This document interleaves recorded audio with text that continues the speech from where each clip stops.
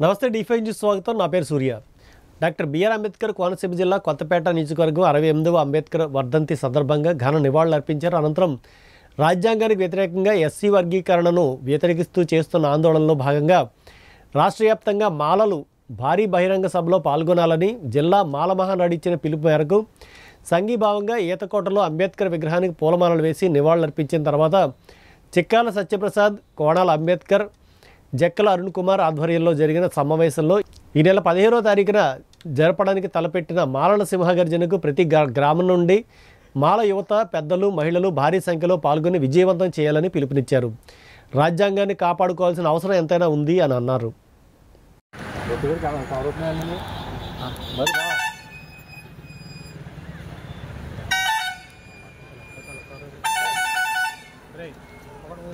దళిత సోదరులందరికీ మా జేబీఎంలు తెలియజేస్తూ ఈ 68వ అంబేద్కర్ వర్ధంతిని పురస్కరించుకుని ఘన నివాళులు అర్పిస్తూ మరి మీ ముందుకు వచ్చినాం. ఈ రోజుని మరి మీరు చూస్తూ ఉన్నారు.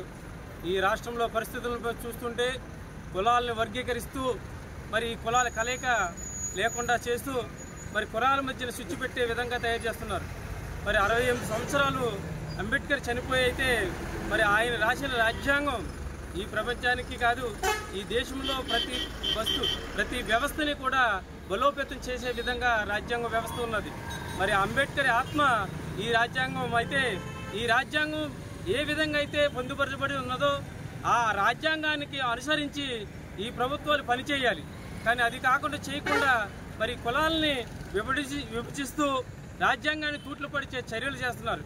కానీ ఎన్ని చేసినా కూడా సుప్రీంకోర్టు అయితేనేమి, ఏ వ్యవస్థలు అయితేనేమి మరి రాజ్యాంగాన్ని అనుసరించి తన తీర్పులను చెప్పాలి. ఎన్ని తీర్పులు చెప్పినా ఈ తీర్పులు నిలబడవని మరి దళితులందరూ తెలుసుకోవాల్సిన ఆవశ్యకత ఉంది.